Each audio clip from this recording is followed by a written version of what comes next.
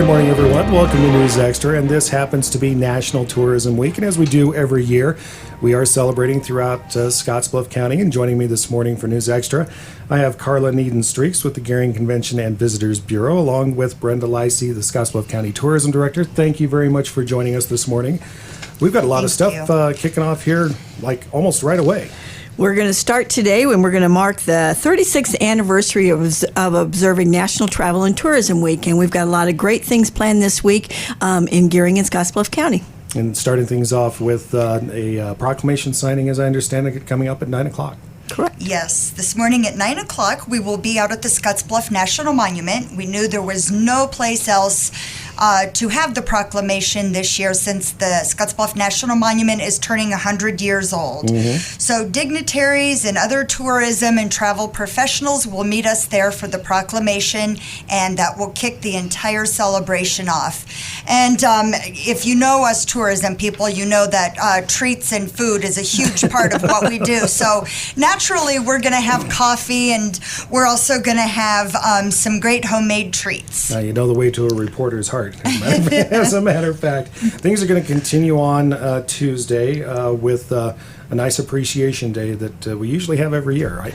That's correct. The airport plays a major role in travel and tourism, and a lot of people may not know that. So we like to focus one of our days during Travel and Tourism Week on the airport. We'll focus on what role it plays for leisure visitors, for business visitors, as well as conference and meeting groups. The new airport manager will kind of give us some statistics about the airport and how we've done over the past year, as well as some reporting on SkyWest Airlines and how important that has been to serving our visitor markets. And so we'll, as Brenda said, we'll learn a little bit about what the airport does in our industry, and more importantly, we'll have some refreshments, and we'll thank Raul, the new manager, and the Airport Authority Board for all they do for tourism. Yeah, and having SkyWest come on board in Scottsbluff, absolutely key to tourism and economic development in the area. Exactly. Yes, we're very excited to have them. And coming up on Wednesday, of course, is really kind of a big day and kind of an all-day type of deal, if you will. Everybody needs to break out their red. It's not a Husker game, but might as well be. It's going to look like it's a Husker game in Gering and Scottsbluff County because it's Wear Red for Tourism Day. For many, many years on Wednesday of National Tourism Week, communities ask everybody to wear their red clothing, and it shows a sign of unity and support for the travel and tourism industry. So, of course, Wednesday, May 8th, will be Wear Red for Tourism Day in Gering and Scottsbluff County, and we know people around here have red. Mr. Mooney didn't have a lot of red, but he did find some for this when he was working with us. But everybody's encouraged to wear red throughout the entire day on Wednesday and show your support for tourism simply by wearing something red. Yeah, Kevin's was probably more brown and gold. Well, more often than not, or Bronco orange and blue. That is correct. But he did find a red shirt because in the last couple of years we've seen him in that red shirt on Wednesdays. So, of course, there is a salute to tourism that takes place, a luncheon, but it is by invitation only. Yes, it is. And explain what people will find out from that. Well, that day and that luncheon is actually very important, but the reason it's invitation only is because of our speaker. This year, Mr. John Ricks, he's the director of the Nebraska Tourism Commission, he will be here. And of course, whether you love it or whether you hate it, he is going to definitely talk about the progress of the new marketing campaign for Nebraska. We both love it, so nobody's gonna tell us it's not any good. But he will be here to share some of the different ads, share some of the different campaigns, and of course give us updates on the absolutely alarming statistics about the campaign. So there is very limited seating. Yeah, not for everyone is actually turning out to be, for a lot of people, come to find out. Yes. And of course, all day, we do have passport stops that are planned throughout the day, correct? That's on Thursday. Okay, that's coming up on Thursday. Yes, on Thursday. So we'll talk a little bit about that here in just a moment, along with a couple other items, and the importance of tourism to our area and to our economy when we come back with News Extra. And welcome back on News Extra. I have Karla Niedan-Streeks with the Gering Convention and Visitors Bureau with us, along with Brenda, Leisy from the Scottsbluff County Tourism Department. Thank you very much for joining us on News Extra this morning. We're talking about National Travel and Tourism Week. I always forget to put the travel part in there. We have to have people travel to get here to take part in the tourism. That's right. talking about a whole bunch of different things that are going on throughout the week. Coming up on Thursday, we have passport stops throughout the area. Yes, we actually have 6 in our area, but traditionally, the Nebraska Passport Program obviously covers the entire state. Mm-hmm. There's 8 different sections, and then within each of those sections, so it could be restaurants, it could be museums, attractions, all kinds of different things. They've added in breweries. There's just tons of different topics, and then within each, there's 10 different stops. So we have 8 of the different stops, and we have 6 of the different stops. We have the Scottsbluff National Monument, the Mixing Bowl in Gering, Lake Minotaur State Recreation Area, Agate Fossil Beds, that's up in Harrison, but we team up with them and claim them, and the Pink Palace in McGrew, so that'll be interesting for fellow Nebraskans, and also then the Bear Depot Museum.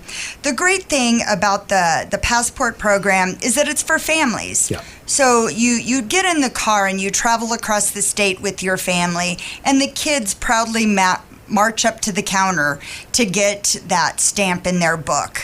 Yeah, and a lot of people tend not to do the home tourism thing, if you will. Right. You know, I was out in California for a decade and didn't necessarily want to go to San Francisco. I did it once. Okay, fine. Been there, done that, but never did it again. You know, as far as a touristy type of thing. And we have a whole lot of great attractions around our area, as well as places to eat and enjoy a nice atmosphere and great friendly people. And Thursday is a great day to do just that, to visit the local passport stops, but also just to get out and experience what we have to offer our residents as well as our visitors in great things to see and do. If you haven't been to the monument for a while, Thursday might be the day to do it. If you haven't been out to Legacy of the Plains and see all the amazing things that are going out there, take a little time on Thursday. Get out in your own backyard and be a tourist in your own backyard and experience what we think are the most important things in our community, not only for our visitors, but that make our quality of life rich as well. And there's also an early bird gets the worm type of deal going on with that as well, as I understand. Yes, so at each of our local stops, the first 10 people to visit and get their passport stamped will receive just a little extra surprise from both of the visitors bureaus. We have different items that we'll hand out, so get to all 6 of them and win 6 little prizes. That's going to be a lot of fun. That's Thursday. Friday, kind of a day geared more toward the folks who are the frontline employees.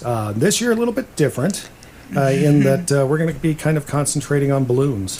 You know what a year, our first year of hosting the U.S. Nationals, when we were thinking about our frontline training, which we do every year during National Tourism Week to get our frontline employees ready for the busy tourism season and ready to answer all those questions. So we put our heads together and we came up with Ballooning 101 for our frontline training for this year on Friday. It's going to be a fun, informative, and exciting morning. Our frontline employees and all of our sponsors of Old West Balloon Fest and the Nationals will have an opportunity to get their hands-on ballooning. We'll be out at the hangar at the launch field. We'll learn everything there is to know about the balloons, the difference between the hot air balloons that fly for sport and those that fly for competition. We'll learn about, if you wanted to crew, what you would need to do and why you'd need to do the things. We'd learn about why balloons fly when they fly and when they don't fly when they fly.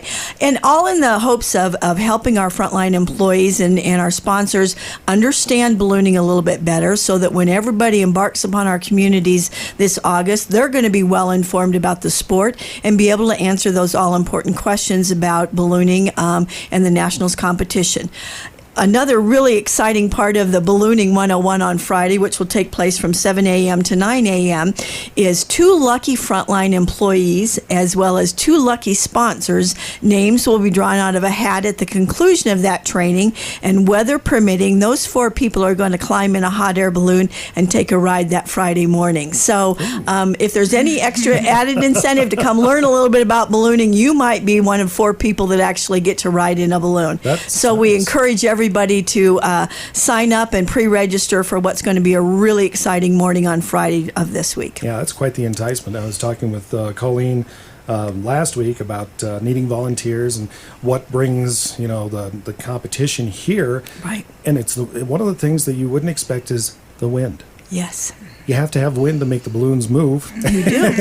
And it's one of the things that is a constant in western Nebraska, the That's Panhandle, correct. and you always hear people complain about it, but that good old wind is what's bringing these nationwide competitors right here to Scottsbluff County. Exactly. And we think that we have perfect weather patterns and perfect winds and the beautiful scenery. We can't wait to welcome those top 50 competition pilots to our communities in August and show them not only is it great flying, but it's also just a great atmosphere to be in for about 10 days with us in August. And of course, the week is not over with Friday. We also have at least one more thing happening on Saturday as well. We do. And this is a fun event. This is the Summit to Summit run. And I love their little slogan there. It says 7.2 miles, the best 7.2 miles of your life. And I'm pretty sure that it would probably be the worst for me. But it's a great fundraiser, Yeah. and the idea really behind it is to have fun. That's Yep. exactly what it is, to get out there and walk or run up the monument. And the college, the Christian Summit College, is actually going to benefit from this event. Yes. It's a fundraiser for them, so it's a great all-around event for the county, but also for the college. And of course, tourism, one of the big things in western Nebraska, the Panhandle, especially Scottsbluff County. There are a lot of jobs that are tied directly to tourism. There are. Travel and tourism is our second leading industry in Gering and Scottsbluff County, and it employs 680 people just in the travel and tourism industry in our county, and that's an impressive number of people who directly owe their jobs to this industry. In addition to it generates a little over $44.7 million in direct travel expenditures, and as we all know, that money is directly spent whether they're here for leisure business, travel, or conferences and meetings, or group motor coach or recreation. That has a tremendous impact on our local economies, and those monies then turn over in our communities as well. So in addition to this week being a celebration of those partners and stakeholders in our travel and tourism industry, it's also an opportunity for us to remind everybody that travel and tourism is a major economic driver in our communities, and it takes a community and a village of people to make a successful tourism industry, and it's also our opportunity to thank all those partners for their partnership and support of the travel and tourism industry. And of course, we're always looking at adding new and different events. We have the Tour de Nebraska that's going to be coming up later this year. That's going to be something unique and a lot of fun. It will be a lot of fun, and we're learning a lot about it. So that's what's wonderful. That's how we got into the whole ballooning thing. You just have to learn a little bit about it, and now look where we're at. So you never know. That could be a huge event for us in the future, is to start some of the bicycling. But we look forward to that event, and we're also going to make that a huge opportunity to bring the community in to participate as well. So it's not just for the out-of-town people coming in for the event. And even talking with Keith Ellis over at TCD, he was saying that, tourism can bring in some of these people that are in charge of selecting sites for economic development. It basically, we're selling ourselves to the rest of the world. Collaboration is really the key to our success in the travel and tourism industry. Our destination marketing organizations, and we work with Twin Cities Development and the Chamber and all the entities in our community that have separate missions, but we all have a common goal of bringing people to our area, whether they're coming to live or they're coming to do business or they're coming to visit. Those things all play hand in hand. What makes a good destination to visit certainly makes a good quality of life destination to make it your home or to do your business in. And that's what the importance thing of this week is that we get to shine the spotlight on how important this industry is to our communities. And we're thankful for all the partnerships that we have that make our destination certainly one that people want to come to. That is the National Travel and Tourism Week coming up, running from May 5th through the 11th. Got a lot of nice things going on. Proclamations on Monday. Don't forget to wear red on Wednesday. Correct. Karla, Brenda, thank you very much for joining us on News Extra this morning. Thank you. Thank you.